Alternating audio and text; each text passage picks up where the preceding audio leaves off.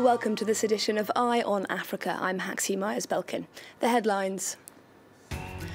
Kenyan opposition leader Raila Odinga urges his supporters to protest against what he calls the sham result of a repeat presidential election that he boycotted, a ballot which saw incumbent Uhuru Kenyatta claim 98% of the vote. A multi-million euro renovation of Marrakesh's historic Jewish quarter begins to bear fruit as the city welcomes swelling numbers of Israeli tourists keen to unearth Morocco's Jewish past. And this Halloween, we meet a ghost hunting collective from Cape Town who'll track down pesky poltergeists for free on request. Hello again, thank you very much for tuning in. If things don't change, elections in Kenya will become coronation rituals. The words of opposition leader Raila Odinga as he rejected the result of last week's repeat presidential election. Incumbent leader Uhuru Kenyatta won 98% of votes cast in a ballot boycotted by his adversary. That means Kenyatta effectively ran unchallenged in a rerun that was held after an initial August poll was overturned by the Supreme Court due to widespread irregularities. Let's take a listen now to Odinga's reaction to the result of this latest vote. We reject sham elections. The meaningless exercise, a charade purported to be an election, is now behind us. Today, we return to the hard but essential task of making elections count and democracy work in Kenya. This is in line with the task we assigned ourselves at the beginning of our current journey. That we be the people who will end fraud not only in Kenya, but in all of Africa. Attending that address in Nairobi was our correspondent Julia Steers. In his long-awaited speech, Odinga continued his attack on President Kenyatta and on the Electoral Commission, reiterating his claims that this was a sham election. He also added that at the end of the day, this is not a fight between Odinga and Kenyatta, but rather it is an issue of democracy, of rule of law, and of respect of the country's constitution. He was considerably more vague about the specific steps forward in terms of whether or not he would be calling for continued protest in the streets or other measures. The big question of the day, of course, was whether or not he would be taking his grievances back to the Supreme Court. And on that note, he and his party also remained relatively vague. We as a coalition have not made that decision, and we have up to 6 more days to make that decision. But the position we take is that it is the right of every Kenyan or Kenyan corporation, each of the 47 million Kenyans is free to go to court and to challenge the decision. Whether we decide to go or not, whether any Kenyan decides to go or not, we have no doubt that given the litany of irregularities, the court should be able to find that these elections were a sham. We are worried about continued violence, but the violence is from the police, not from the NASA supporters. So as much as we are worried about the violence, we cannot be in a position to tell our supporters that because the police are violent and they are killing you, now we must give up our quest for electoral justice. Touching on whether or not he would continue to call for mass demonstrations and other similar actions from his supporters, Odinga said they'd be establishing a people's assembly, and that could include anything from economic boycotts to picketing and other constitutional means of protesting the current government. But specifics on that were few. He said those would be coming in the next few days.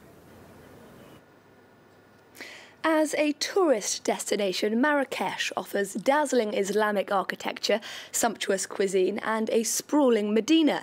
But it's also becoming a must-see destination for Jewish culture, with Jews from across the world keen to discover the history of a country that, not so long ago, was home to North Africa's largest Jewish population.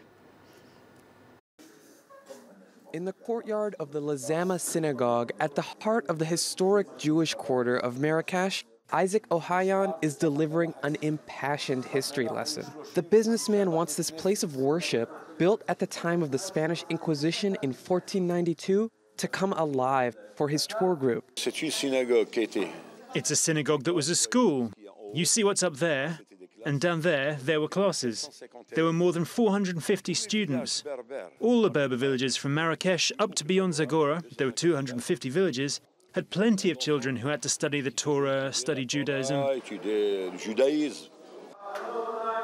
In the classrooms turned museum exhibits, photos show the history of the community, now scattered between France, North America, and especially Israel. Before their mass immigration following the Second World War, Morocco was home to the largest Jewish community in North Africa.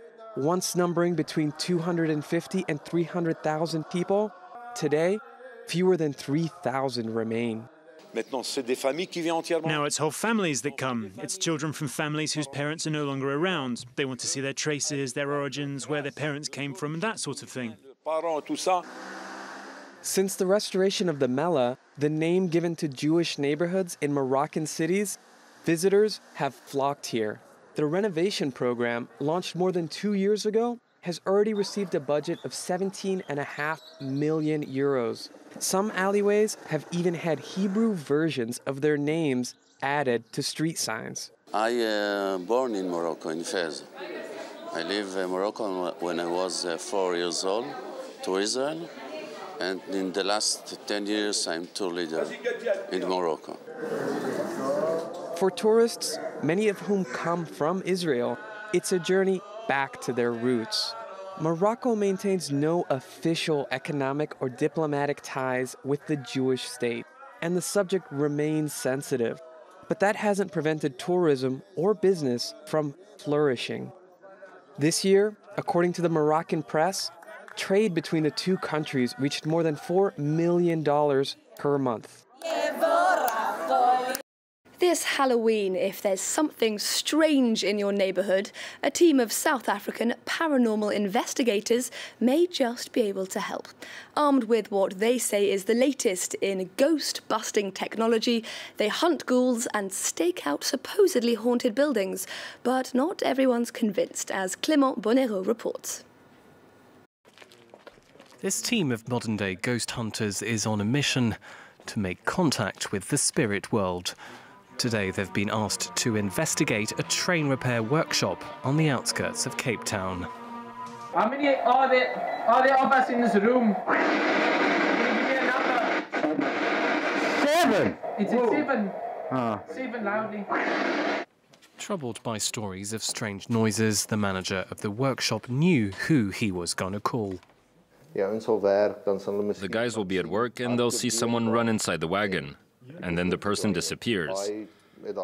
There have been many reports like that.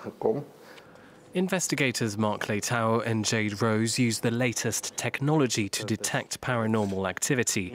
Using what they call a spirit box, which scans through radio frequencies, they attempt communication. Can you make something move in the room? Would you want to? Says you're too many. For the team, there's no doubt about it. The workshop is haunted. Should we hear one voice over multiple channels? We know it can't be a radio station. Sometimes you pick up a false positive where it's a radio station where you hear music in the background or something. But when you hear a word over multiple channels, there's just no ways something from a radio channel can come through. Cape Town Paranormal Investigations are self-funded and offer free inspections of haunted buildings. However, they say they do not get rid of potential spirits. So next time, who you gonna call? Well, that brings us to the end of this edition of Eye on Africa, but do stay tuned. Thomas Waterhouse will be back in just a couple of minutes with all the top headlines and the latest from New York, where a suspect has been arrested after reportedly mowing people down in a car and then shooting at others. At least 6 people are reported to have died. Do stay tuned if you can.